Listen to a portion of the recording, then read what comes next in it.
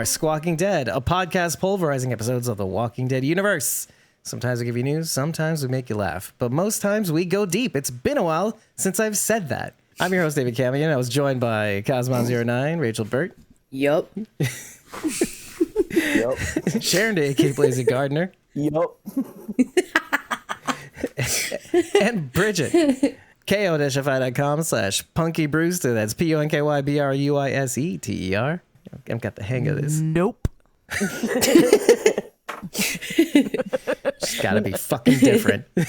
You know, Get dinged. I wonder if that would have made that entire scene different if it had been nope instead of yup. No, like just right at the end, Kim says nope. By the way, we're talking about Better Call Saul's finale.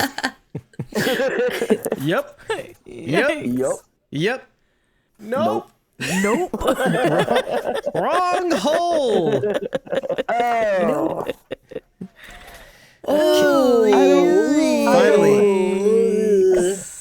Finally, Kim speaks up for herself.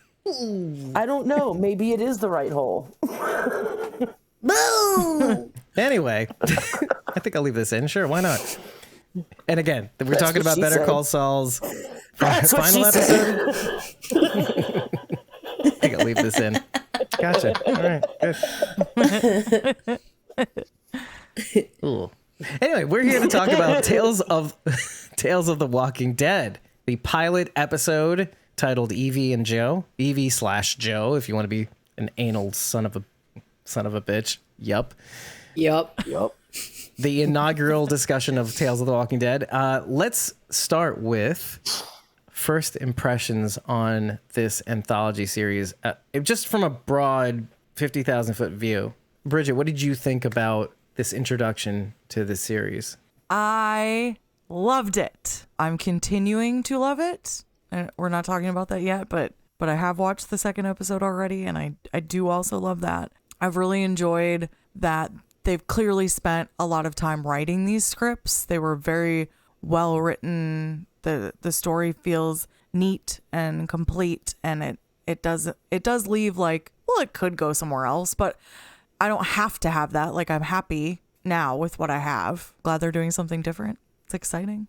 So far, I have liked both episodes. One a little more than the other. I like the idea of where they're going, and I hope that they have like a common thread or something that ties them all together in the end. Okay, so it's like we're seeing the stories of the side characters on The Walking Dead. Before so-and-so hooked up, they ran into these people. You know, I mean, I just feel like we're kind of getting these little side character stories, and I enjoy that. Well, I'm not a big fan of the anthology style episodes in general. I'm just not. So I'm with Charity. I do hope there is some sort of common thread that ties everything, all these characters together at some point. I'm not holding my breath for that, but I do hope we get to see it. Having said that, I loved this episode, but I am a little bummed thinking that we're not ever going to see these characters again. That has been a common comment to this, well, at least to this episode, because let's just say it already. Like, I think people really like Terry Crews as Joe. And, you know, obviously, I don't know about mixed feelings about Olivia Munn as Evie, but I mean, more like, okay, let's just be honest. Terry Crews does chew up the screen. He is enthusiastic. Oh, yeah. His style of acting is exuberant. He's very physical with his acting. So it's hard to like not just be like, oh, let's just pay attention to this. Oh. This is still Terry Crews at like 60% though. Like, this isn't even full turned up Terry Crews. Yeah, this is like Terry Crews in the Walking Dead universe. Like, okay, I have to play somebody who has, you know, some issues to resolve. So I'm not going to throw my hands up in the air, start dancing like Carlton, you know, like, so. Flex out of the duct tape. So, yeah, that's kind of like what I was thinking, right? No, for my part, this is like something I've been waiting for a very long time. Look, I like the Twilight Zone, and I was hoping it would be like that, and so far it is. Without going into the second episode too much, I feel like the first episode was an interesting intro into what this series could be, and the second episode kind of just, well, gives you a nice segue or like a nice ramp up to what they're planning in store for the kind of show they're going to give you. Because it sounds like the rest of the episodes are somewhat the same. Well, some of the rest of the episodes are somewhat the same in terms of playing with physics, let's say, or introducing mechanics to these shows that has yet been introduced to like suspend You your could disbelief. say episode 2 No, but there's blew up the standard formula.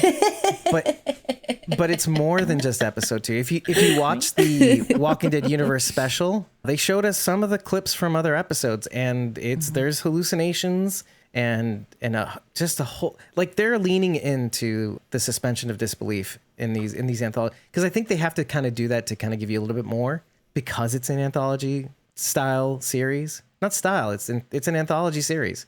Period. I'll be honest, I didn't like the first episode as much as I liked the second, because I felt like the first what? didn't really offer us. I did not like the first episode as much as I liked the second episode. No, I heard you the And second I feel time. I was like, I didn't expect that. I feel like the first one didn't really give us anything new. It was two people that meet, and you know, I don't feel like there was anything new to show us. We didn't learn any new lesson. It was just one of the same old stories that we've already seen, just new characters. Whereas the second episode had a lot more to it, which the first one was good, but I just feel like it just wasn't a lot there. Just to give everybody a little bit of context, Sharon did not like the second episode in the first watch, right? And that's the thing. Like, when we were talking about it behind the scenes, you liked it, but it wasn't like, you know. I liked it. The biggest problem I had the first watch was I was watching it with Bridget and Rachel, and my screen was really choppy, so I missed a lot of what was going on. But listening to it, I was really enjoying it. So when I went back and watched it again the second time, I really, really loved it. But I liked it better than the first one, even the first watch. I just liked that they did. I love Groundhog Day. That's one of my favorite movies. This one was good. It was good. I liked Terry Crews and I liked Olivia Munn. It was funny. Told a story. It just felt like there just wasn't a lot of substance to it. They didn't give you that extra like the second episode did. That suspension of disbelief that you kind of need for like a one-off. I think it was a nice little introduction into the tales, because it wasn't too far from the original show that we know. So they're like, here's a little taste. And then in the second episode, we're going to blow your freaking minds. But we're going to ease you into it first. So We're gonna go in the wrong hole. So can you imagine? Can you imagine if they actually aired the second one first? That people would have. Yeah, people would have lost their shit. Even people that honestly, liked it would have been like, I don't like it. But yeah, so they did it in the right order. And Terry Crews and Olivia Munn. I like Olivia Munn. I think she's gotten. I'm not saying she's a bad actor. I'm saying that like it's nice to see her grow as an actor over time, and watching her in this episode was really, really cool to see. And I haven't seen her in anything in a very long time too. So like from the last thing I've seen. This was a really great performance out of her. It seemed very, very real. It was very believable. Can you believe that she like came back from giving birth and this is what she did? Oh my God. I did not know that. No, I love her even more. Yeah, I didn't either. Well, that explains her Instagram a lot, I think. She had probably just given birth because the pictures of her child. It was fairly recent. Oh. Yeah, it was fairly recent. So this was like the first thing that she did coming back from that. And so I think that's really cool that she was so willing to do something so physical. I think she's come out and kind of said like that it was really hard on her. But it was really cool nonetheless. Kind of like Alana Masterson when she talks about being on The Walking Dead and having being pregnant on the show and having just given birth during the show's filming.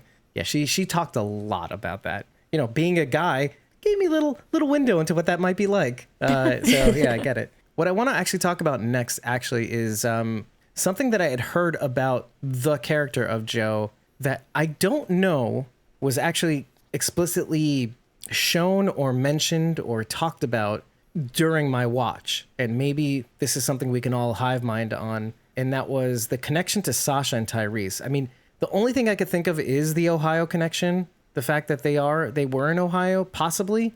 And I don't even know if that's true. But what do you guys think? Because I know that was spoken about by Terry Crews. I didn't hear anything about that. It was spoken about before the episode. It was before the episode aired. Right. And actually, I read a lot of articles and I haven't seen it mentioned since then. Right. It was spoken about specifically during... I don't know where that came from. I don't know if that was like a maybe... You know, maybe, and then it wasn't at all the case. I think it was said at San Diego Comic-Con. Like we'd have to watch the coverage again to find out. I don't know if it was in reverence of Sasha and Tyrese Williams, and it could just be that, but I feel like it was mentioned at some point. So I guess none of us really saw that. And it doesn't mar anything for me, but it made it so that like I was super eagle-eyed and I literally wrote almost everything down to see if I could figure it out. It was just an idea that they had thrown out before the episode aired. It was kind of one of those things that was mentioned, like this kind of teases that maybe this could be us seeing Tyrese and Sasha again, and then that obviously wasn't what happened. So you know what though, he does mention that he does have a sister, and so I was thinking maybe that could have been. I mean, but then Tyrese would have to be his brother too. So it's like exactly, why mention a sister and not your brother? Exactly, unless they like really hate each other. But no. Yeah, so, but Tyrese and Sasha were so close. That would be weird. So, I don't know. I feel like the third brother, like the third sibling that they kind of like, oh, he's kind of like a prepper. We don't talk about him. He's crazy prepper brother. Hides away from everybody. And his estranged brother Tyrese, who may have been on the Buckeyes. I don't. Or maybe they were super close and like still. Anyway, so I'm glad to know that like I'm not crazy and not, or like not lazy and not being able to find anything. Okay, that's fine, because it was mentioned. There's another thing I kind of want to just bring up briefly, because as we were coming on to talk about this episode, I was thinking to myself, the danger in some of these episodes, other than some of the connections we can make to the greater universe, is that there may be things that we don't talk about. Second episode, there might be a lot to talk about, a little bit more to talk about. But this episode was kind of like hey, it was a story, things happened, and that's it. A lot of the times with the Walking Dead universe, the reason why we have so much to talk about is because we kind of dig into prior episodes. We kind of create this map in our minds, or speaking it out on these podcasts about where everybody is, what's everybody doing, why they do what they do based on things that they've done in the past, or linking it to actions of other people on the show.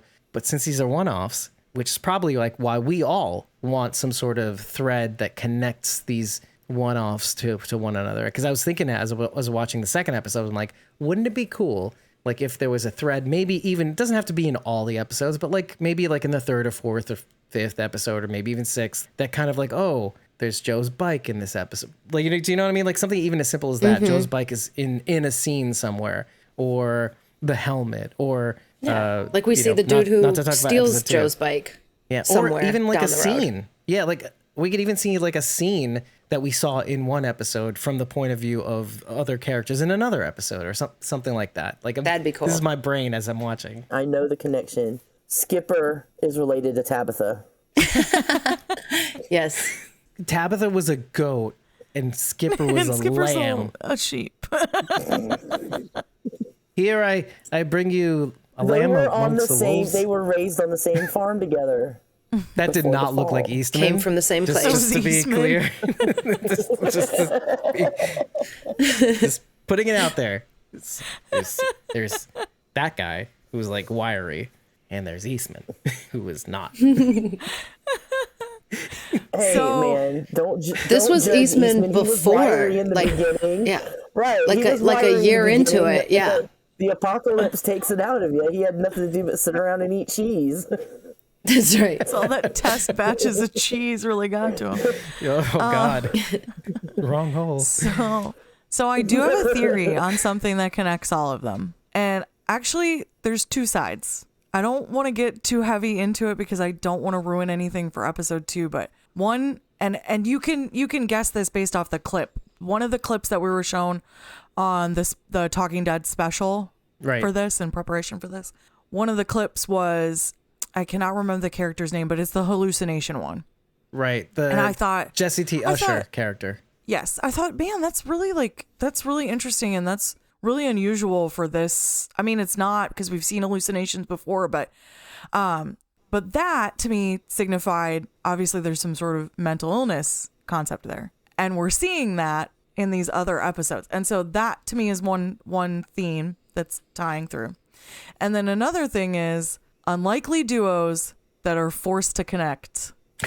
And so far, that's good. So far it's on point, but we'll just have to wait and see. But I think that, by the way, that Jesse T. Usher episode might not be the case, even though it does kind of, the hallucination does kind of follow the theme, but kind of does. But I like the mental illness thing. I was also thinking like part of it is, so far from what I could gather, that thread also might be regret too, like things people regret. And so far I'm seeing that in the first 2 episodes. The Jesse T. Usher one seems to be that, and perhaps even the Alpha episode might even be that, some semblance of regret. So let's keep our eye on this thread. Here we go. We've got some threads, and maybe it's not a matter of what we see in the universe, but what we feel. Can we talk about the title card? So there's 6 pictures, and obviously we know from watching the first 2 episodes that each of those coincides with an episode. And it looks like, from left to right, fire or an explosion. The second one, I had a really hard time telling what it was. It kind of looked like almost like headstones, but there was like a piece in the middle that I couldn't tell what that was. Well, I just did the graphic prior to creating the studio ahead of time, but it is a graveyard. Yeah, it is a graveyard. Okay. Yeah. So there's a graveyard. The third one is a skull. And some wooden planks. Okay. Is a floor. Fourth is a house with the silhouette of a person in the window. The fifth is the motorcycle, which was Evie and Joe. Right. And then sixth is, it almost looks like a pier or a factory of some kind. It's a riverboat. So that is the Alpha episode. That's episode 3. Okay. So interesting, the order that they actually put this in. So also the first one, the fire, has a telephone kind of. It's a handset. It's the handset and also the top of a telephone. So that's the second episode actually. So if I have to guess, the Jesse T. Usher one might be the one with the skull, because it does discuss murder. I think that leaves only the Jesse Ramirez and Daniela Pineda episode, which talks about the Bruja, and that silhouette might be the Bruja, and not to be confused with. Do you mean like a witch? Bridget Cali-Canales? Yeah. Oh, okay. Yeah, Bridget Cali-Canales from The Old Ways. Which, by the way, you can watch not the live watch, but you can watch our interview with the director, and also a little taste of Bridget Cali-Canales, who played Rachel on Fear the Walking Dead. I don't know what the episode is, but now we can link it. She's so cool. So fucking cool. Bridget is so cool. We did do a super You cut too, up. Bridget Canales is so cool. This is always confusing for me when we start talking about Bridget. I actually, like her. She's so nice. Yeah. But it's always so confusing. Not you, Bridget. The other Bridget. Not this one. Not regular Bridget. Right. Not ginger Bridget. Punky Bridget. Punky Bridget. So, okay, let's keep talking about the title card, because what do you think of it? Because there is an obvious kind of like, I want to say homage to Fear the Walking Dead in a sense, but instead of focusing on people, silhouettes of people necessarily, we're focusing on the silhouette of an object relating to the episode. So namely, once it goes through those 6 panels, it focuses on the bike itself, and that represents this episode. It was kind of clean looking. I don't know how else to describe it, but I like the colors, and it was not inviting. It was intriguing. If you didn't know anything about the show and you saw that, it's very intriguing. It gets your mind wondering. Looks like paper too, right? Like some of the panels. Yeah. I thought it was really cool how it did remind me of Fear the Walking Dead, but also Walking Dead in the new intro, like the moving pieces of everything. Like it was like a beautiful tie-in of both titles for both shows, and they're like, here, yeah. I thought it was brilliant. I thought they did a fantastic job. Speaking of which, okay, sometimes we retread ground for new people, like new host Bridget, and we can go through everybody's opinions again just to kind of refresh everybody's memory. But when they dropped the normal intro for the past 8 seasons for The Walking Dead and they switched to the new one in season 9, what did you think of that change, Bridget? It doesn't bother me. Like, I think it's cool when they do that change, because like you're watching the same thing for how long? So like any little change is like, oh, cool, they changed it a little. Or, oh, sad, that person's name is gone because they're gone now. But what was his name? Michael Mando? I'm sorry. Michael Mando. Or Stephen Yeun. Stephen Yeun. But you have a type, I think. Dead. Dead. My type is dead. Yeah, I like him dead. Unavailable anyway. The unavailable type. Oh my gosh. I can love them more once they're gone. Anyway. Sorry. Oh my gosh. right. So when, well, just to kind of recap though, because The Walking Dead did kind of update its intros, its title sequence over the years, like other photos, other scenes, to kind of sort of match the season necessarily. But then when season 9 came around, it was like, whoa, let's just throw all that shit away and use this kind of illustrative type, papery, silhouette-y kind of. I thought it was cool because it gives little nods to the show in different ways, and I liked that it changed. And we saw in this last season like the smoking of that the windmill's on fire, and then it's smoking because the fire's out. And I think those are all really nice touches. That's that's just great graphic design. And it makes an Easter egg hunt too every now and again. Yeah, and it makes it kind of fun. Something that's normally not interactive and is just meant to it's there because that's the legality of it, right? Like they need to have their names in there, and so it's this way to focus on that. So it's not meant to really be like super paid attention to. Normally it's meant to be fast and have kind of a catchy song so that when you hear the song, you think of it. So it's nice to have little things to look for. Yeah. It's more engaging then. Yeah. And more graphical and less actual. Like that's it's kind of like what I think Sharon was saying is like, it's inviting. It engages you. Right. Exactly. More than what a person's face would, or a photo.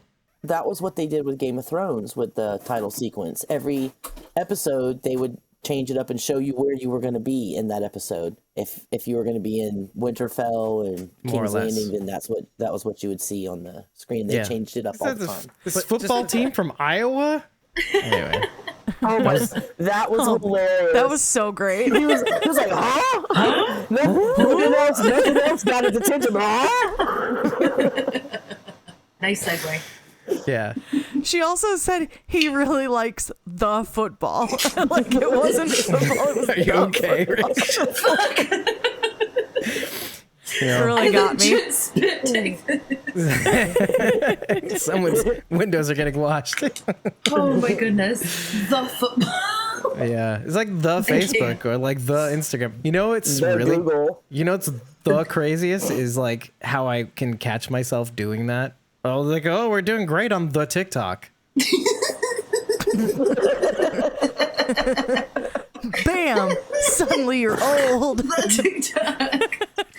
I'm just going to lean in. As soon as you start using articles where they're unnecessary, you're old. Or like, when you're really old, when you start I found out about things. it on the Ask Jeeves. Thanks, Mary Yun. Another Better Call Saul reference for you fuckers who haven't watched the show. Anyway. And if you How have you not watched Better Call Saul? What are you doing? I can tell you, this is a good thing to talk about. Like the common refrain. I haven't watched that show because I'm waiting till it ends so I could binge it all. I say that a lot. The Walking Dead, to be honest, more than any other show, by the way. And people who love The Walking Dead, who are waiting to binge Fear the Walking Dead, which is... Binging The Walking Dead is a fucking task because I binged 9.5 seasons in 2 weeks. It's trauma. It's trauma. Yeah, we do that every now and then. It's rough.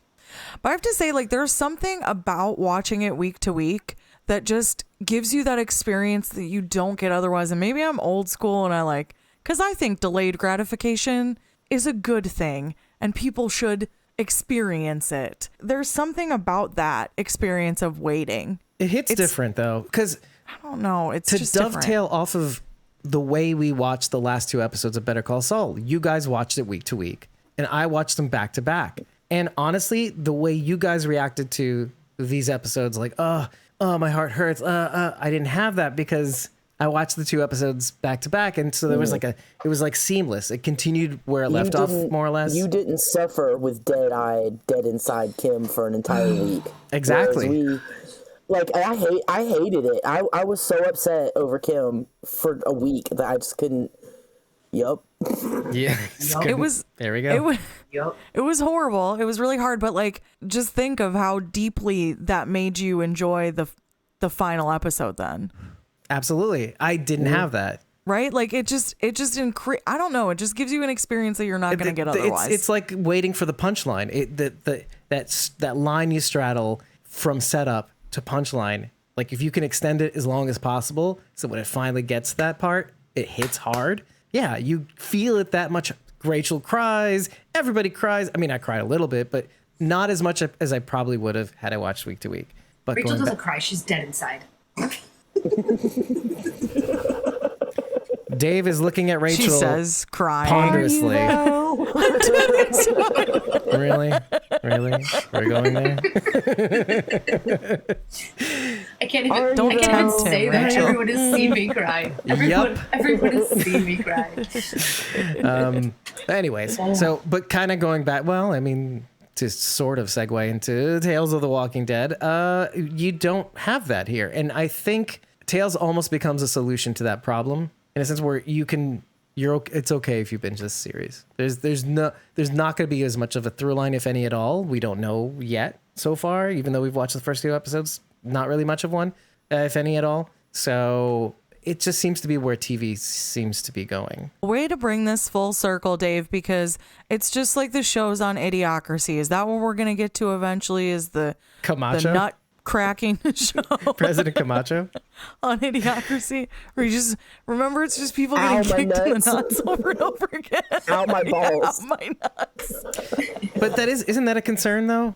Going back to the way people are wanting to watch The Walking Dead. Right. Like when people say that, oh, I'm waiting for the show to finish to watch the whole thing, that's a cultural thing. I'm not going to be the person like the old man on the chair that says, you know, it's ruining the way we watch television. I'll say it. But at the same time, it's kind of like movie theaters, isn't it? Like, right? People don't go to movie theaters, and the pandemic only made that way worse. And isn't that sad? Dave, don't you have fond memories of going in and being dark and then walking out and being hot and like sunny out? That's like such a specific feeling that you can't describe it unless you've experienced it. I'm old and I'm mad at the world. Let me counterpoint on the binging, though. I tried to watch Better Call Saul week to week when it first started. And I made it through the first season and a half, and I just lost interest in it week to week. But when it came out on Netflix a couple of years later, I binged the first 3 seasons, and I was hooked. So in some cases, maybe not binging the whole series, but at least binging to get started and get you hooked on it is not necessarily a bad thing. That's exactly how I got hooked on VCS.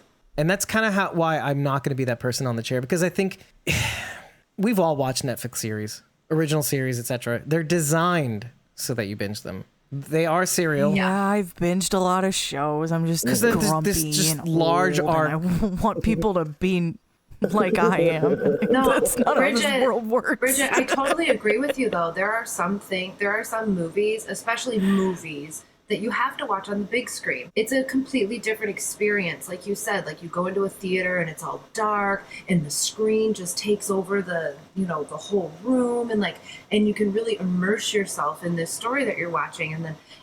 So yeah, like I do really miss movies. I miss going to the movie theater. Well, and it was a shared experience. Even though you didn't know all the people in the theater with you, you were still sharing that particular experience. Like a comedy show. Reacting to How many things times together. have you walked out? How many times have you walked out talking to strangers about the movie that you just watched, all of you together? And you would, Yes. Yep. yeah. Yep. Yes. Agreed. Of course, we do that now. We just do it online instead of doing it in the actual theater. It's true.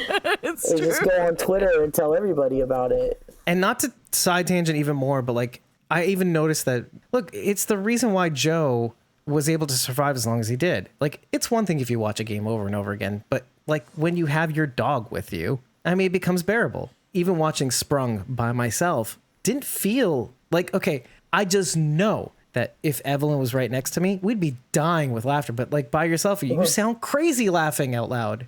And you know it. You're laughing in your head mostly, except for maybe one or two times. Like where like, there's no point. I'm that crazy person that laughs out loud by myself. Yeah, I laugh super out loud by too. myself. But I just know I'd be now laughing. I'm going to be super aware of how crazy I look, though. Yeah. I mean, Yeah. I like watching it the first But time. I do it. I like That's why watching, we love I can you. watch something the first time with somebody and enjoy it a lot more, but then I can watch it by myself the second time and not feel the same way. I'll even talk out loud. by myself. Like if they're doing something stupid, I will say, "What are you doing? That is stupid." Like, and there's no one there. I'm talking to no one. I'm just talking to the air around me. We need to do more Ray reacts, like just because, like, I don't know what this is like being crazy. I can tell you because No, we watch stuff together all the time. I can tell you. What's wrong? No. Yes. Alone. Because I kind of want to I want to get that like voyeuristic kind of like, what is she like when she's watching shit by herself now? Anyway, but to dovetail back to, so what? Just stop thinking that way. But going back to Joe, it is the reason why he was able to survive so long, because we are social animals, and no matter how hard Joe pushed away the world, it was bearable because Gilligan was there with him.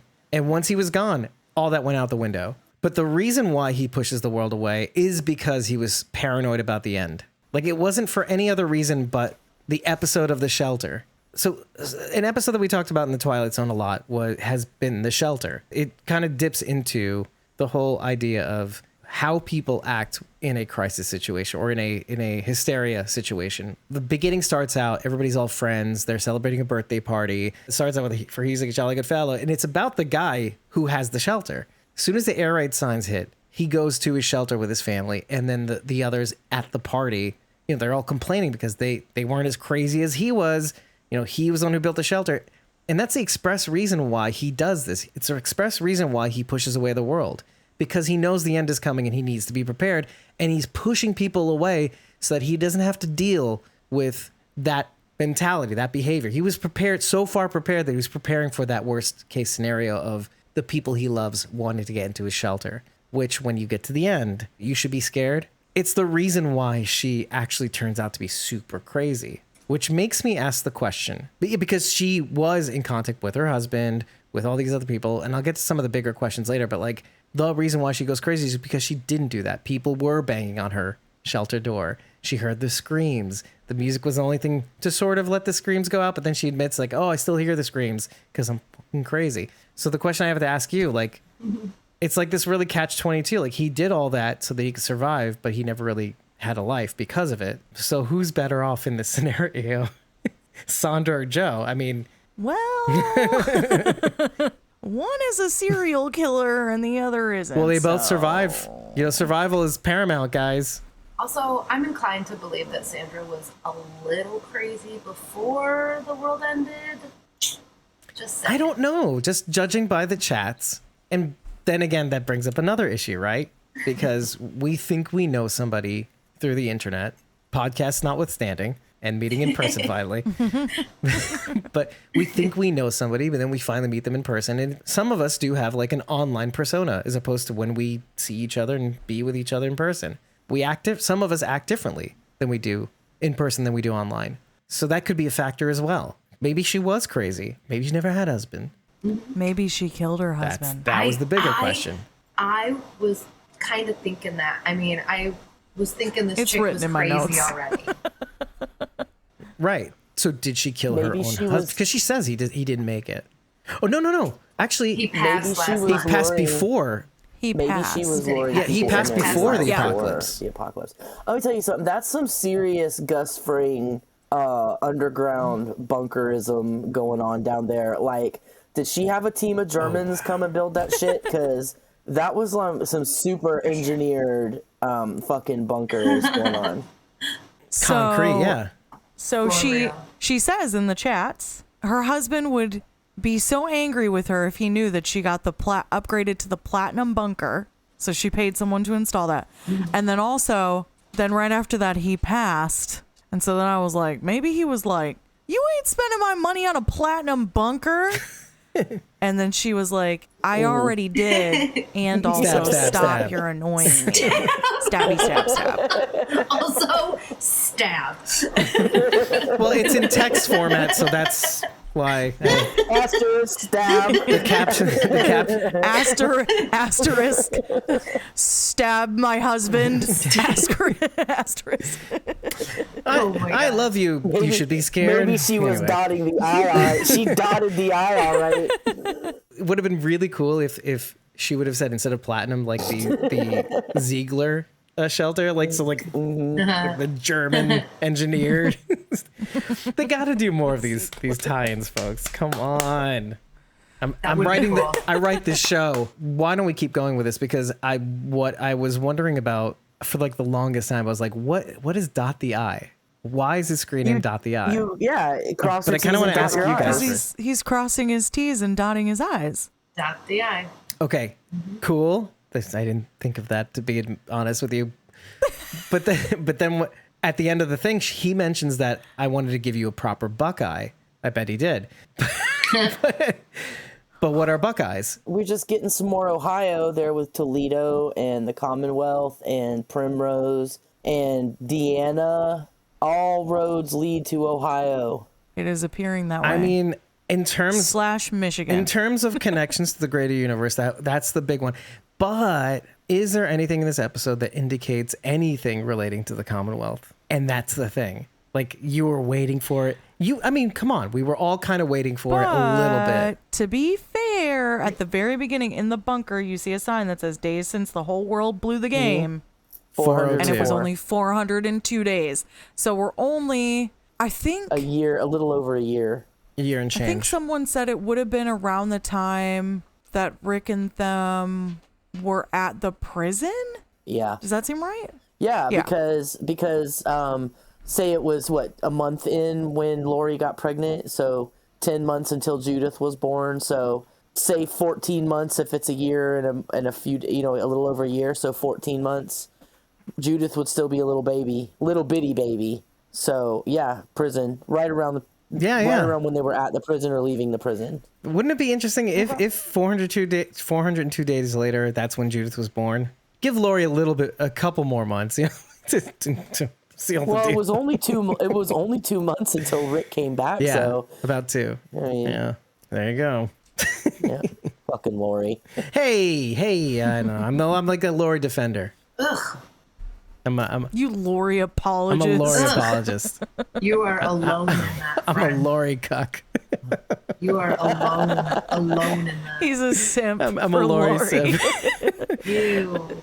I can easily. You know what it is? Like, if people can defend Negan, even back then, it's okay to defend Lori.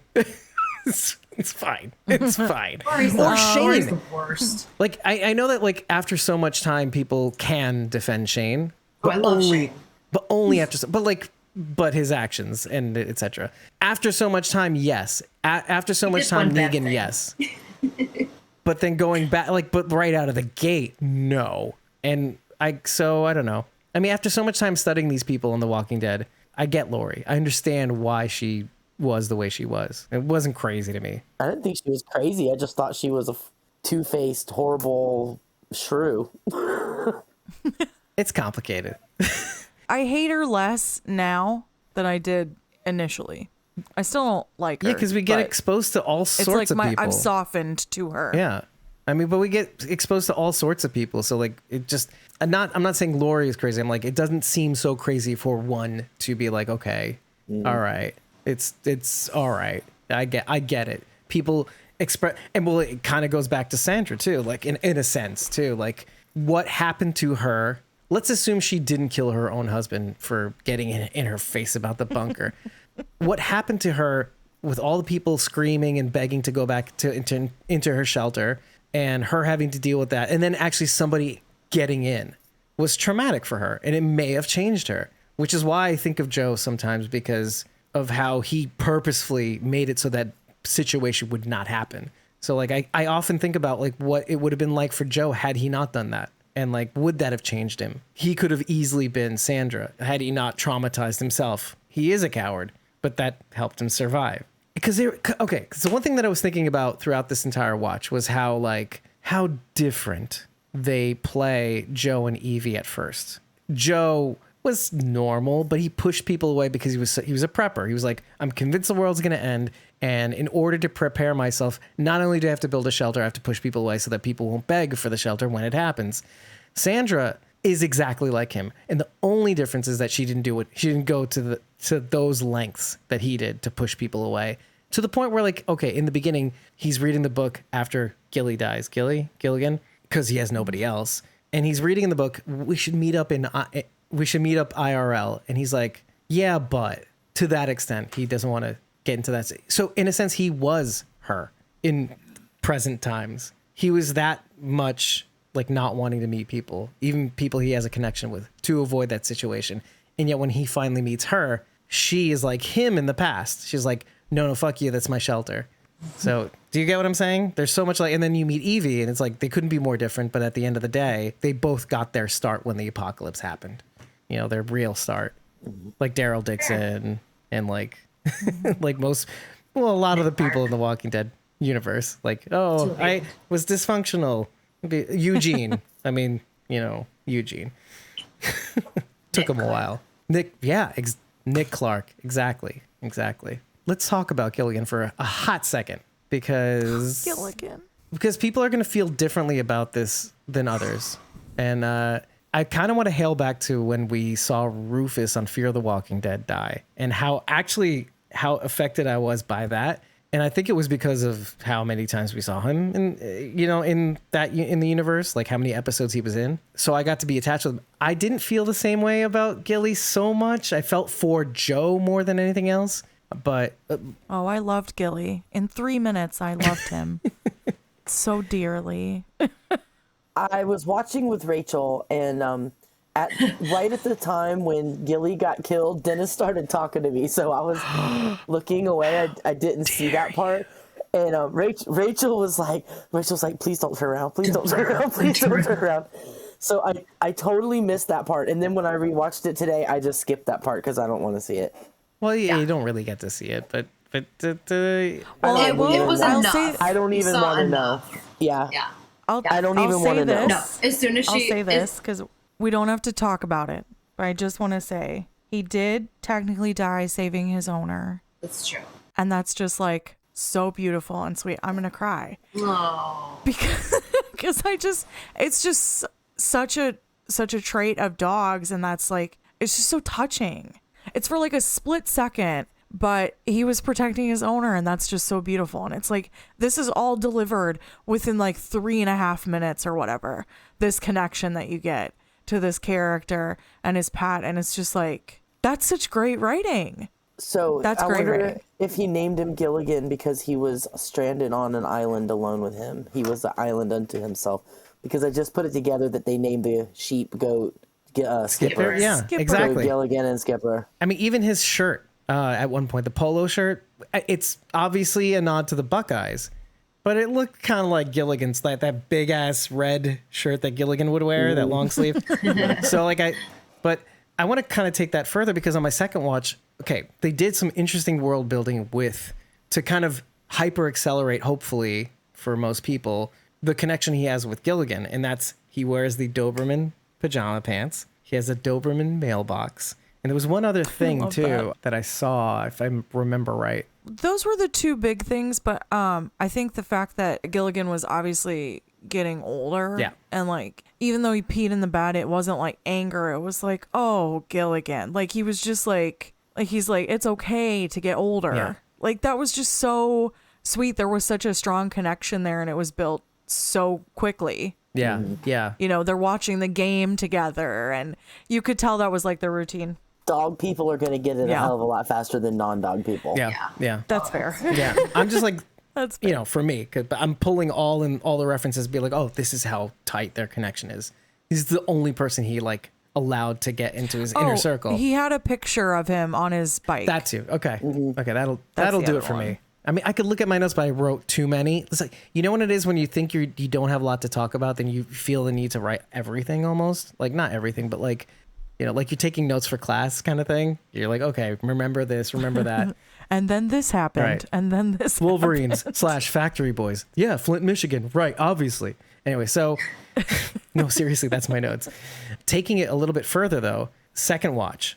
I almost thought to myself, because let's put myself in the mind of maybe somebody who owns a pet who thinks they're like people. Let's assume that maybe Gilly is aware of his failings and that he loves his owner and that he has a conscious thought of what's happening around him when the walkers start to come.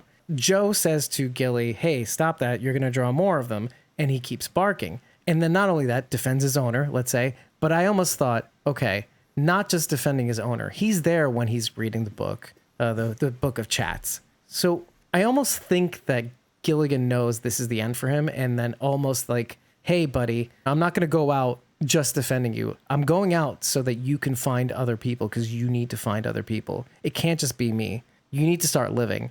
Like I'm thinking the dog knows that like he needs to end this and not draw this out because Joe needs people ASAP. That's a really nice thought. I know it's not.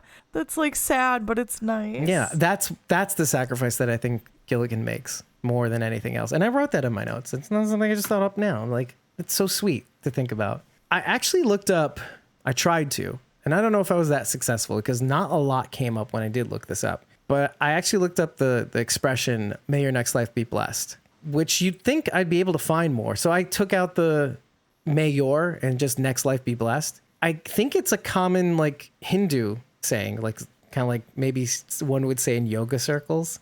You know, she's obviously new agey and stuff like that. So I just thought that was like a nice touch, you know, kind of reminds me of Sadiq a little bit, you know, reincarnation. I mean, Sadiq is obviously Muslim, but like Hindus. It reminded me of World Beyond. Oh, interesting. Yeah, Asha. That's what it reminds me of. Placing the Asha flowers and in the eyes, yeah. and her brother. I can't remember her brother's name. And for some Dev. reason, but Dev. Dev. Yeah, Asha and Dev when they were doing the flowers. Yeah, that's what it reminded me of. Yeah. So I thought that was a nice little touch. But again, accenting like how different these people are too. I called her Lynn Collins in the Apocalypse. The woo. I liked her. I liked the her rainbow crystals and macrame net. Yeah. Yeah. Sorry. Yeah. Roll the eyes. I loved that line though. You do a mean clove hitch. Is your father in the military? Oh no, I took a macrame class at in Big Sur. Like, can't believe it actually worked. It was like so funny. You're really tight I in loved there. that. Yeah, it was so great. Speed ahead to where he goes, what is happening? Well, I also loved that that when he's in the net, she says that thing about like all working on all weights, not your core, huh? Yeah. Which is like that's a really yoga thing to say. And He's like, was my just so core is great. fine. my core's fine. It's your tight ass net. It was Clearly his core is fine. great. It was great. I just loved it. But I also thought like when you see the previews for that episode, like I didn't like the net look kind of shimmery in the night kind of environment. It was like, what a cool like effect using the rainbow net like in this dark of night. And it makes me wonder like how it actually looks like in the daytime. But like I thought it was like this hippie looking shimmery rainbowy net capturing this big dude who, for all intents and purposes, like to a complete stranger, looks very dangerous. But I just thought that was just kind of like, oh, he's like in this little cocoon, and we're going to rebirth him into this hippy dippy person's lap, I guess. I mean, in a way, right? That very end, the vintage postcard very end says "Welcome back." It's in reference to like he's back in the world. Yeah. Again, Which I also thought was a Like, nice so that touch. completely makes sense. Like, so like not only do they have like a title card, but they have like an end card. And I didn't pay attention too much in the second episode, but I was wondering if there was anything like that. No, but it was so fitting for the first episode because they were doing all those was like that vintage postcard. You know, they were doing the traveling montage, Right. so like made sense. Springfield that they did it. and Dayton and all that stuff. So, okay. No, and that's pretty cool. And like on the card itself too, like it had little moments from the episode, like them on the bike and Gilly, I think too, or maybe the mailbox or something like that. Yeah. So the songs that were playing in the episode, like, okay, so which I'm not going to go through, but in particular, like in the beginning, obviously he's listening to Charlie Pride's Kiss an Angel Good Morning, but it got me thinking like, this is a guy that all he likes is Doberman and football. And so what I was thinking was that because they play it at the end, like in Sandra's bunker, this is the song she's using again to kind of give you symmetry to these two people are the same, but they did one thing that made things different. She had obviously liked the song before, and she uses it to squelch the she's screams. listening to a different song. No, she's listening to the song he was listening to on the bike. No, Wasn't it? she's listening to a Buddy Holly song. Oh, in the beginning, it was the Buddy Holly song. But after, when he's eating the pot brownie, it goes back to Charlie Pride's Kiss an Angel in the Morning. Does it? I thought it was still Dearest. No. Well, let me just double check. Am I wrong? I don't think so. I thought it was still Dearest because he goes, wow, you really like this song. Because it just kept playing on repeat. Okay, And it was really creepy. maybe I'm wrong. I just thought it was interesting because so unnerving. I thought it was to the me. same song that he was playing on the bike afterwards Well, they played it more than once because there's a time they do play it on the road. when they're finally getting along. Like, so they play it at the beginning of their trip and then further into their trip after Okay. like the montage. Okay. I could have sworn I thought, oh well, maybe we'll go back to it again. I just thought that maybe that was a little interesting because I almost Yeah, I mean, maybe I'm wrong. Maybe it's layered in. maybe the reason why I even bring it up is because it almost seems as though he likes it because she liked it. And he's like, oh, you should try listening to this song. And like, that's the reason why he likes the song, period. Because it just didn't seem like he was like a music guy. Do you know what I mean? But on the note of what you were saying before, like about how he and Evie were listening to it at first. Well, he was only listening to it and she was trying to sing along and he was annoyed. First of all, they both sounded terrible at first. Like they're both terrible singers. But if you pay close attention to the second time they're singing it, they actually sound okay as singers. They're actually singing it in tune, which is kind of like a cool narrative way of saying, oh, we're in sync, like we're in tune with one another. And this is like right before the bike gets stolen. You know, they make camp in the factory and he's drinking booze, etc. And like it finally gets stolen. But like right at that moment, he's like complimenting her and like, you know, you're so capable, blah, blah, blah. You know, why are you going back to this? Whatever. So I just thought that was kind of like a cool touch. Like, okay, they actually can sing. They needed to be in sync before they could. Can we talk about the names that they give walkers in this? Because there was two different names, and I thought they were both kind of cool. The toe tags.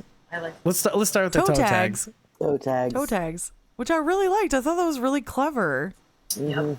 I like that. That was a good one. And it's something I've always loved about this universe is the different names because that would be so true. Each region would have developed their own name. It makes sense. But why do you think she calls hers Dead Eyes? Sandra, sorry. I Did was say she? wondering. Yeah. Now, technically, she's from a different area. Michigan. So, you know, maybe that has something to do with it. Does it have to do with her being kind of crazy? Yeah, maybe. Probably. Oh, I'm quite offended by this character, this crazy redhead from Michigan. It's a little offensive. yeah. What you may not Just know saying. about Rachel is, are you a natural redhead? I am. Okay. It's hard to tell with your pink hair and sometimes blonde. know. And yeah, but My eyebrows are red. yeah, and just so everybody else knows, like if who's not watching us right now, Yes. and they wouldn't know anyway if they were. Very much a redhead. So you're saying you feel attacked A little bit. by Sandra? A little bit. You're making us redheads from Michigan look bad. I know, because if this was like accurate to the world, she would have been from Wisconsin because that's where all the serial killers live. Rachel, were you born in Michigan? Is that, you know? Yes, I was born in Michigan. Saginaw, Michigan. What if you find out you were born in Wisconsin or Iowa, maybe? No, whatever. Anyway. Maybe it's because she's in Michigan and it's the Michigan Wolverines, and Wolverines are dead-eyed creatures that will eat your face off. Ooh. And fuck your life up. So I wanted to ask you guys something because I don't know how I feel about. So from Flint to Mount Pleasant, because I live here, I know these things. I know how long that distance is. While they were discussing how long it was going to take, they still had The bike. the bike. Okay, Flint to Mount Pleasant is an hour and a half, Right. not 12. Is that the distance? Is that how long they said it would take? Yeah, he said it was going to take 12 I didn't think hours. they were in Michigan yet at that point. They were in Flint. They were because the city names had flashed up on the screen. They went through Ann Arbor, and then they went to Flint flashed up, and then they were in this Flint flat. So they went through Ann Arbor, then they went through Flint, which is accurate. That was my route to and from school every day, and then they were in the abandoned factory. If there was a bunch of abandoned cars on the road and walkers in the way, like, you know, is that just like an estimate? We didn't really see a lot of walkers. I wanted to think the same thing, but we didn't really see a whole lot of walkers. Now, however, However, I think Rachel's going to say what I'm going to say. Once the bike got stolen and they were on foot, yes, I that could makes see sense. that taking. I could see that taking maybe 12 hours. But I was even going to say, so I was going to say what Bridget was going to say, because they kind of established that, like, oh, you wouldn't be able to navigate out of where I live without me, because I know where all the traps are. I know where all the, where the roads are washed away, etc. But there's an additional factor, and that is, what is the bike? An electric bike. What does it use? I think solar power. And so they can only go so far before they have to charge and make camp. And I of guess course, I didn't catch that part.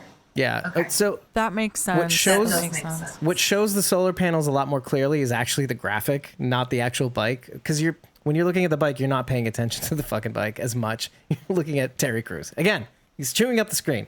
But the actual graphic for the episode shows the solar panels at the on the sidecar. So they can only go so far in a charge, and also they can only go so far. It has to take so much time to charge those batteries too, because solar power, especially back then in 2010, 11. Well, no, let's just say 10, because no technology was invented in 2011, but 2010, the technology was not as great as it is, marginally better now. So.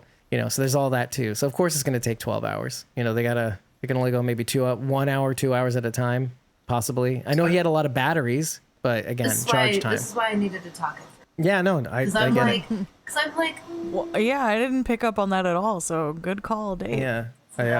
You're welcome. I wrote everything down. I wrote it all down.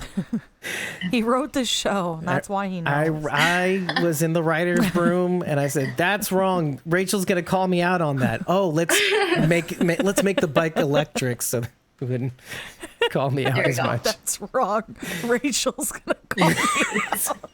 She's from Michigan. What?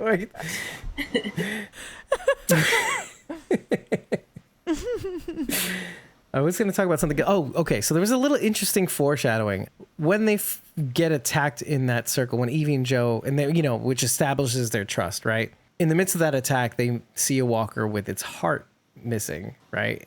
With a chest cavity. In That its was place. awesome. But you see that again right before he meets Sandra. There's a walker with a pole or something, or flagpole or tent pole or some big pole stuck in his chest. Do you think that was, I know that first walker was quite far away from where she lived, because I don't know if they were in Michigan just yet. I'm not sure. Just the timeline and everything.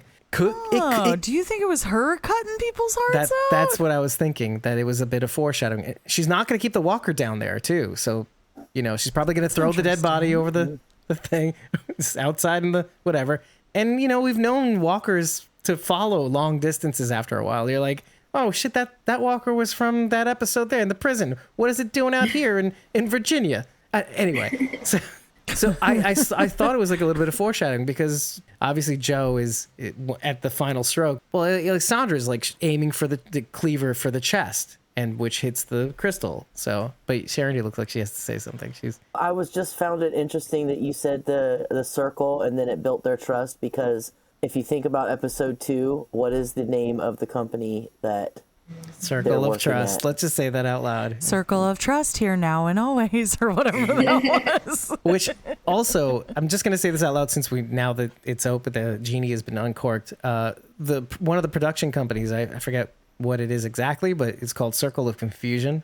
So, so like when you see the end, Idiot Box, Circle of Confusion, Valhalla. I was thinking that the walker with the heart missing might be a possible way for them to thread through the series. Like maybe whoever is doing this with the no heart walkers is something that's threading through the series. I'm thinking maybe the Bruja too, specifically. Well, it could even be the Jesse T. Usher one, because that hallucination walker was gnarly. But yeah, so that's an interesting, noteworthy thing to mention. I just, every time you say Jesse T. Usher, I get this vision of A-Train like plowing through a thing of one pile of walkers. It was A-Train that took out the heart. He used his super speed to go boom. Okay, so that's weird, because I saw a clip from a different episode, and there's a different hallucination with a different actor. Oh, really? Also, yes. From which episode? Oh, with Poppy. I don't know which one it is. No.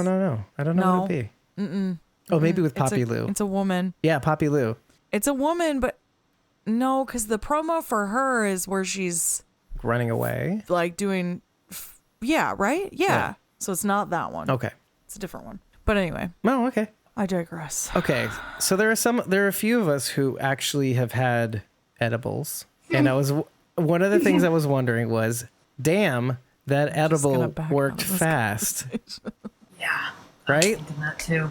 Not only did it work fast, but it was like, what was this, like some super edible? Because That was I have never not- had It had to loopy that PCP loopy. in it too. Yeah. Right. That Like, was what the hell not- did she put in there? Because It's definitely laced with something, sure. I've had some edibles and they did not make me that loopy. No, That was it's not definitely helping super powerful, right? But the thing is that like, and maybe this is again bone to pick, and it's not a big one. It doesn't really affect me as a human or bother me or take me out of the watch or any of those negative things.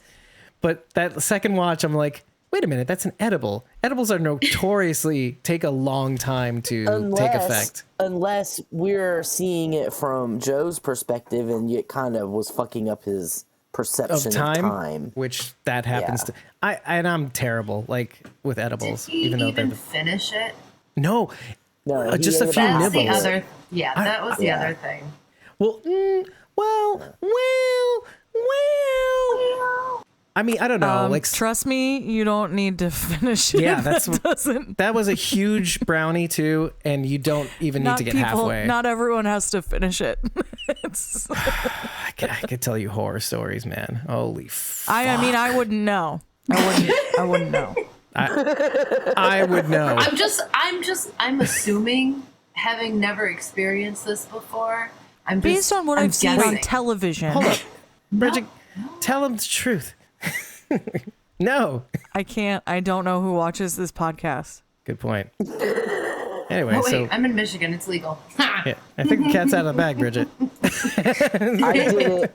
I did Okay. it in It's in Michigan my- where it was legal. That's right. Okay, to be fair, To be this is my old life. My old life. I used to be wild. I'm no longer wild, except for at conventions when I get a little bit wild. Yeah, you're okay. You've seen it, people in this podcast. You've witnessed it. You're okay. You're good. You're good. You're good. I'm actually kind of impressed that you're good. Thank God there's not footage Yeah. of that. Oh, there is, but it's I keep that in the pocket. It's not out there.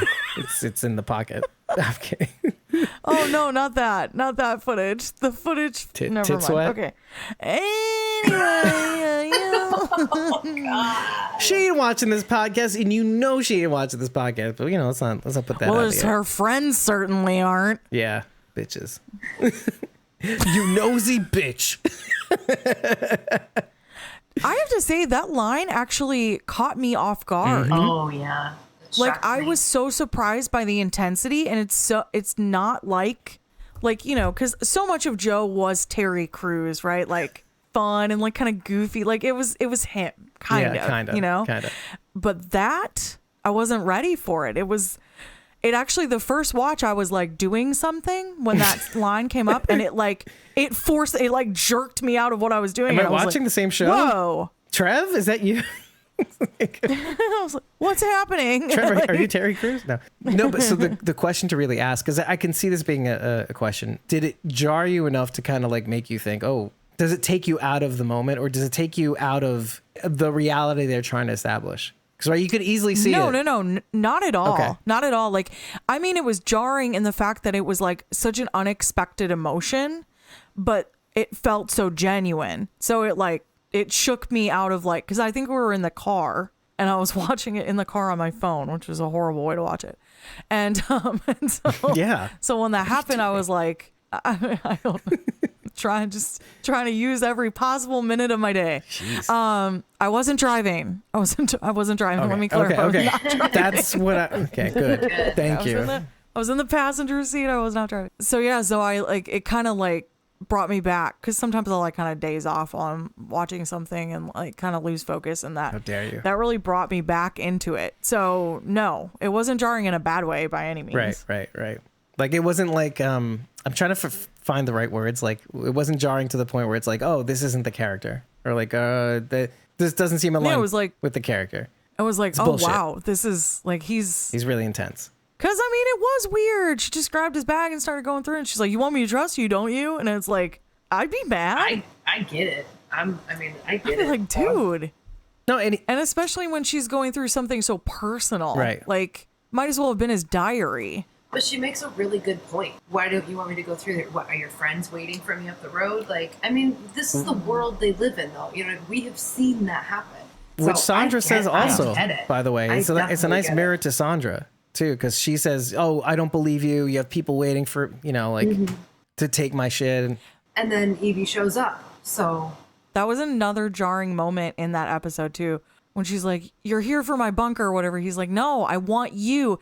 And she's like, I don't believe you. Like, props to that actress. oh yeah, She's getting a lot of fanfare, too, by the way. Amazing.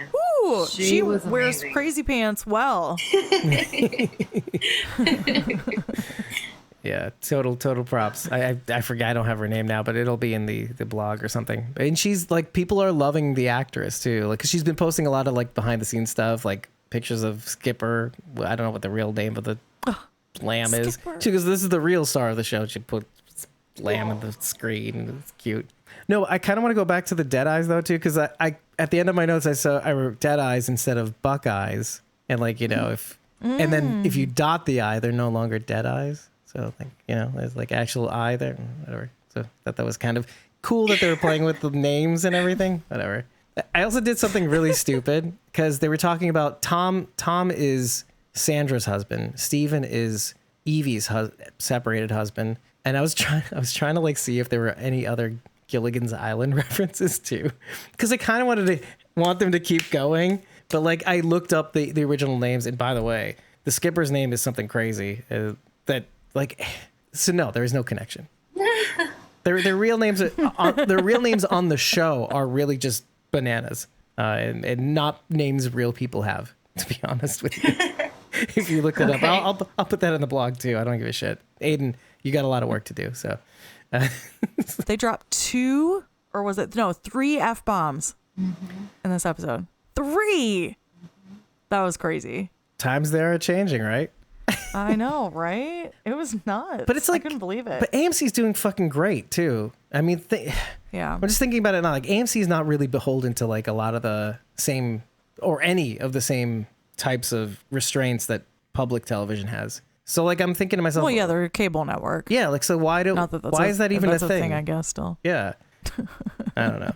I love the part at the end where he's like, "Why am I so hungry? Yeah, what is happening?" That was a nice little levity. That was fucking dramatic. That was fucking dramatic. It was fucking dramatic. It was such a great. It was such a great delivery. Those lines were incredible. Look, why didn't they hilarious. just kill dead Sandra and stay in the fucking bunker? They had like the platinum fucking bunker. Why did they leave? Oh, because Sandra's still down there. Well, fucking kill her and throw her ass out and stay in the bunker. No, I don't think that was why. Nope. I don't think that was why. You know why. You already know why. Because that dude has been living down in the bunker for so long that it would be like after the journey he's been through, it's just not. Yeah, I mean, you can still go out and live your life and travel around and like do runs and everything, but you can still have a safe place to come back at night and stay.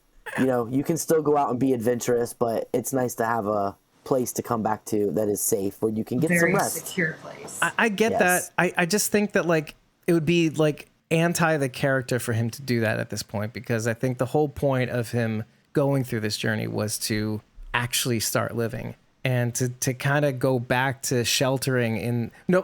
And let me just be clear. I love that you asked that question so that I could give this response because like that's the thing. Like after doing all that for a significant portion of his life, or I don't know how long really, but it just seems like it wouldn't be in line with his character to do that again. Like even if he has Evie, like, and who knows if this is really like a romantic relationship. I think so far right. It seems like a really, really good friendship, which could turn into more. Who knows? It's okay if it's friendship. Yeah, I think right. it's okay. It's not everything has to be romantic. So what would be the shipper name though? Jeevee? Yeah.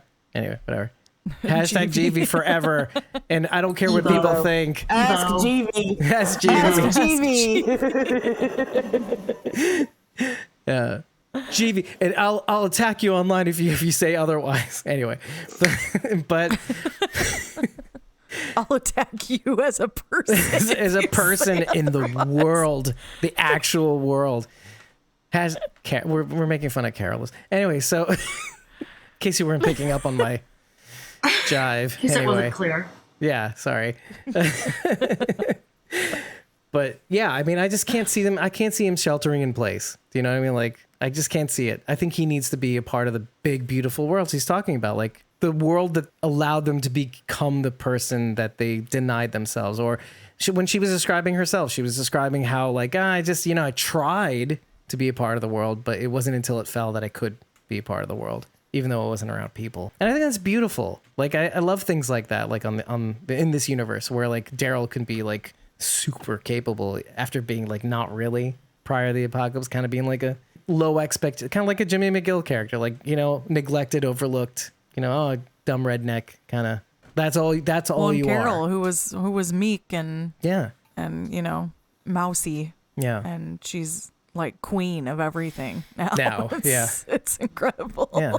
So yeah, no. So I like these little what are we haven't said this in a while, but the zombie apocalypse allows you to become the person you were meant to be, and I think he was meant to be with people, and he just needed to get ready for that, however traumatic. You nosy bitch. I did some reading on the side. Terry Crews has done several interviews since this episode and leading up to it. He's very pumped because he's a real life fan of The Walking Dead, which is awesome. So I love that. And I love that he gets to like live out kind of this dream. Our dream. He shared on Instagram stories. He was wearing a Night of the Living Dead t-shirt the night that this episode premiered. No. And so he talked about that, and he talked about the fact that that movie really inspired him as a person, but it's also like the reason why he loves The Walking Dead so much is that tie. And Night of the Living Dead is actually one of the reasons I really love The Walking Dead. So that was like, it's really cool. But for those of you who don't know, which I don't know how you wouldn't, but Night of the Living Dead is a movie by George Romero, and it is very notable, not only for the fact that it was just a phenomenal movie and kind of reinvented the idea of zombies and the genre, because prior to this, they were heavily related to Haitian religion and like voodoo and that kind of stuff is where that came from. So the film cast a black man in the lead role, which was for the time unheard of. And Romero went on record many years later saying, I didn't really think of it like that. He was the best actor for the position. And that's just such a beautiful thing to say, that like in a time when skin color really mattered, it didn't matter to him, because Dwayne Jones, which by the way is the name of Morgan Jones's son, it's a throwback to this actor, he was just that good that he was cast for that reason alone, on his merits alone, which is just beautiful. Now, Terry loves that his character makes it to the end, and that he's a black man who makes it to the end. And so he kind of compared that to Ben, because Ben does make it to the end, and then I don't want to say anything else, but like it's like spoilers, but I think you can. No? Okay. But he doesn't. That's fine. He doesn't. He dies at the very last second. And so it's a beautifully sad ending to a beautiful and just notable horror film, when horror was thought of something that was really cheesy. And this was really beautifully done. And thereafter too. Yeah, that connection really spoke to me. I love Terry Crews to begin with. I think he's a phenomenal actor. I have a soft spot for him. He was on the Green Bay Packers, even though he never played a game for them. And my family is really big Packers fans. Okay. So I thought that was really nice. He was in the NFL, which is why I loved the football ties into this episode. And I wonder if it pained him to be a Buckeyes fan. And it's like, I'm thinking to myself, he was so into it. He was so into it. One of the other things that he came out and said during this whole process when he was doing interviews is that, one, he said a couple days ago, specifically, I read it in a sci-fi.com article, that he would love to bring the character back because the episode was left open-ended. So that's exciting. And he has gone on record to say to like Scott Gimple, like, anytime, man, just call me. He was asked what he took from set, and he took the small switchblade Oh, knife. Because he might need it. I didn't want to take too much because I plan on being back. So I just loved that. I just loved that. That was such a nice moment. Oh, you guys will like this. What to watch really clickbaited me, okay? Okay. They posted an article that said that there was a potential fear connection to this first episode. Okay. Which we know that there is a potential, it's a fear nod. It's like a imaginary hat to it's imaginary hat to fear in the second episode. Right. So I thought that was really interesting that there would be one in the first episode too. Okay. And so I read it because I was like really excited about it. It's a stretch. It's a bit of a stretch, in my opinion. The End of the World as We Know It group on the ranch in Fear in Teotihuacan, season right. 3. Yeah. Teotihuacan. They had maps of like where preppers were in the U.S. And so the potential was Joe or Sandra could have been in that network. Of preppers, yeah. Could have been. Okay. Could have been. I ran across that as So well, it's again, that's probably imaginary hat. I don't know that it's much more than that, but just a little nod. I'll tell you right now, like that, it's not enough for me.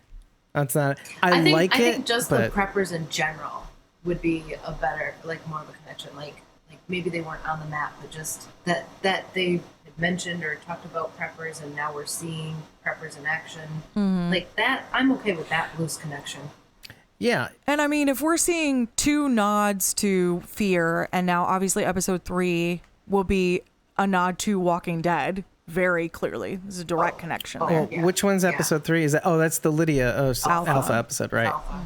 Well, I mean, the D episode. You know, sorry, D, not Alpha. She's not Alpha yet. Bad. So I think it'll be interesting to see what the final, if there's any other connection between those final 3 episodes and the shows that are already in the universe. Yeah, because I'm so excited for that. And I think it's the Anthony Edwards episode. Maybe. I could be wrong. But that is the one that's like 35 years in the future. Yes. If I'm not mistaken. And I could be. But no, I believe that's correct. Which, like, by the way, when we first heard about the Walking Dead World Beyond, and we didn't have like an exact time placement. We were like, oh, it's 10 years, 15 years of the future. Down to what Anthony Edwards wears on his back. It looks like the BO4 unit on the back of the walkers that he's wearing. The character's wearing, Anthony Edwards. It's the walker diagnostic backpack, right? If you remember. I'm realizing that Rachel doesn't know that I'm looking at her. So I'm like, Rachel, do you remember? And you don't know that I'm looking right at you. We don't know where you're looking. Rachel, do you remember, Rachel? Like, so you're looking, I'm looking. Okay, anyway. So I just thought that was so cool. And like, and it reminded me of Elton a little too. And I had, like, if Anthony Edwards is missing an arm, I'd be like, oh, is that Elton? And I'd be like, yay. All right. Well, I vote to make them our imaginary hat moments. Yeah. That to me, maybe this is just my sentimentality. That to me is like more of a nod to World Beyond, and so I'm okay with that. So fuck your Teotihuacan Prepper Network. I love Elton and World Beyond. I miss it. I was just trying to help. Shut up. With your trying to help. Anyway, I don't know. I'm sorry. I yeah, but I could see it. But the thing I think the only thing that bothers me about that theory is that it kind of limits the world. How we were as a people, like on the internet, like, oh, you know, there was a prepper network. Really? Have you seen the world? Like, I think there's multiple prepper forums. First of all, that don't know who they are because they're so afraid of everybody attacking their own bunkers that they like, fuck you, I'm a screen name. Like I said, you should be scared. It was clickbait. Yeah, no, I get it. They clickbaited the hell out of me because I was like, ooh, a connection. And then I was like, this is, come on. Even the nod that was spoken about in the second episode I see It's it. a nod. It's a nod. That's it. It's a nod. And even then, like, that's you'd it. have to like really. It clearly is not the actual person because the timeline doesn't work out. Exactly. Oh, no. It is obviously a clear shout out. I mean, there is no way it is not. Yeah, okay. Right. No, I'm not even talking about that. I'm talking about there's actually a shot. There's actually a shot in the second episode, and we'll talk about it more in the second episode, where the Jillian Bell character is looking at the car, and the car is slowly driving away, and it looks back at her, and it is reminiscent of Madison in the car. I know Yeah. what you're talking about. With the kids with the masks. In the first episode, right? In the bus, right? Am I, if I'm not mistaken? In the Fear the Walking Dead episode pilot? No. Or in the car. It could be in the car. They're in a car, and the kids are in the back of the station wagon, and they turn, and they've got those creepy smiles drawn on their masks. Yeah. Yeah. Okay.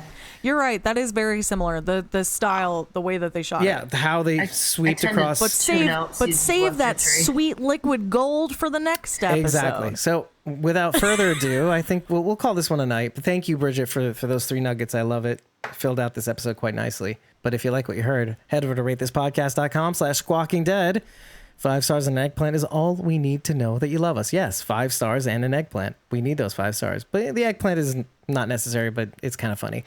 But tell us what you liked. Tell us what you didn't like. Tell us what we could be doing better. Tell us what we missed.